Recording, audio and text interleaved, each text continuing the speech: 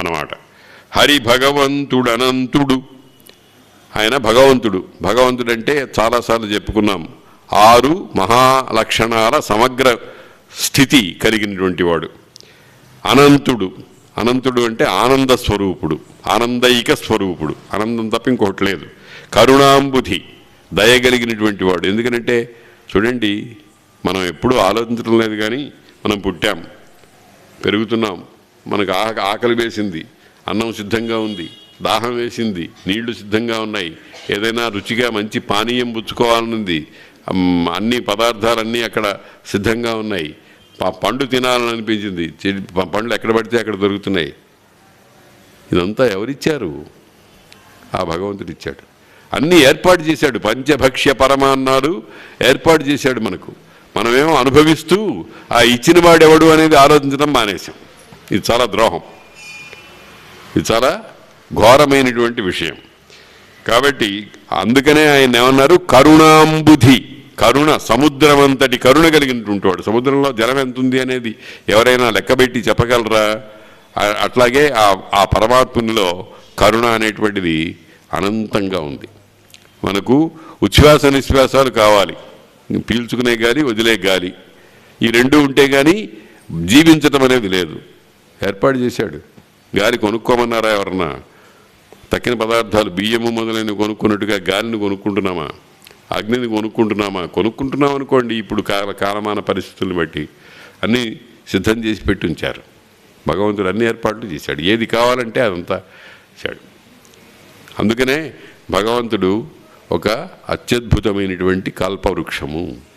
మన మనస్సులో కల్పం అంటే సంకల్పం, కల్పం వచ్చేటప్పటికి, సంకల్పం వచ్చేటప్పటికి పదార్థం అక్కడ సిద్ధంగా ఉంటుంది.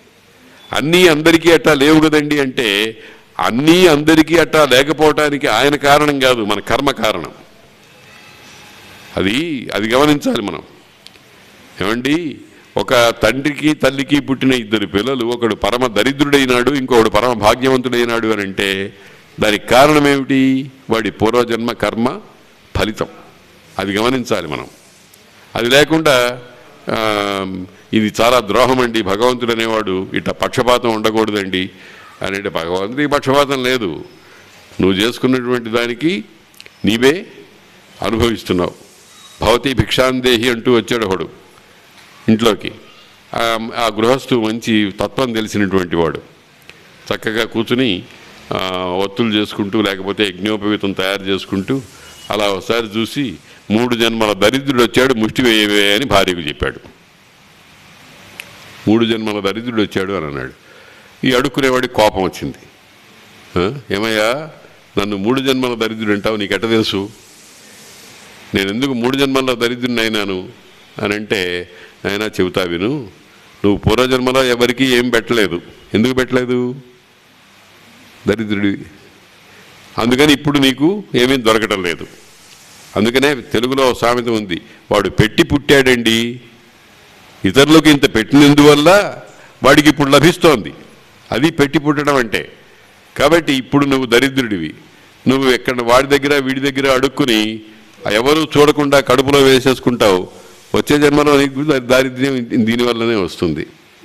ఊరికే ఏదో నీ మీద కొంచెం జారి చూచి 3 జన్మలు ఉన్నా కానీ నీ సర్వజన్మలు ఇంతే, అంతే కదా.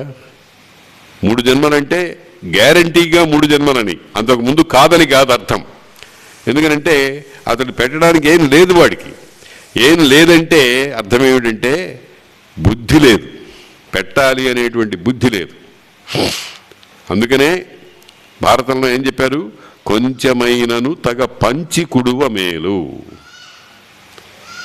కొంచెమైనా సరే పంచి, నీకున్న పిడికెడు ప్రసాదం ఇస్తారనుకోండి, ఇక్కడ ఆ ప్రసాదం చిన్న ఒక కవర్లో ఇస్తున్నారు, ఒక పాత్రలో ఇస్తున్నారు.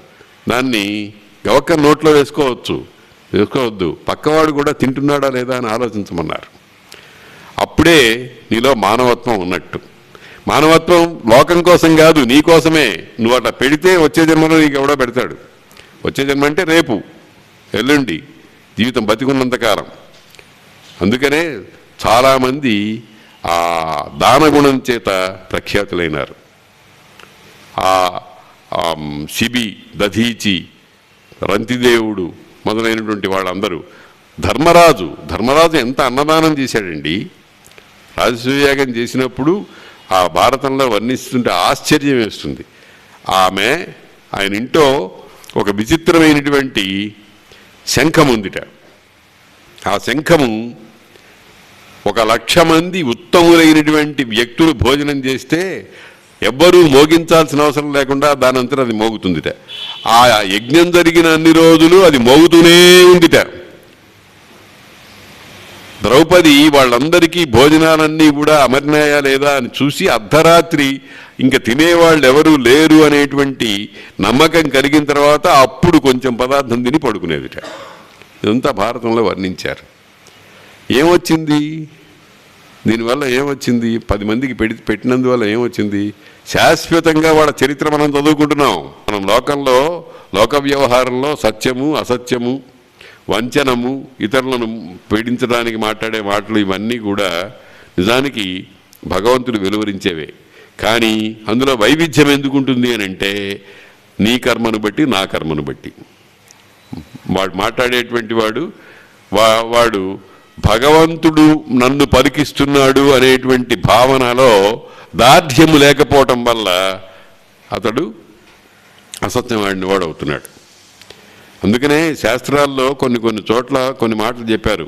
వారిజాక్షులందు, వైవాహికములందు, ప్రాణ విత్త మాన భంగమందు, చకిత గోకులాగ్ర జన్మ రక్షణమందు బొంకవచ్చు అఘము పొందదధిప అని అన్నారు. కొంతమంది మరీ మూర్ఖంగా ఉంటారు. మూర్ఖంగా అంటే అర్థం ఏమిటి?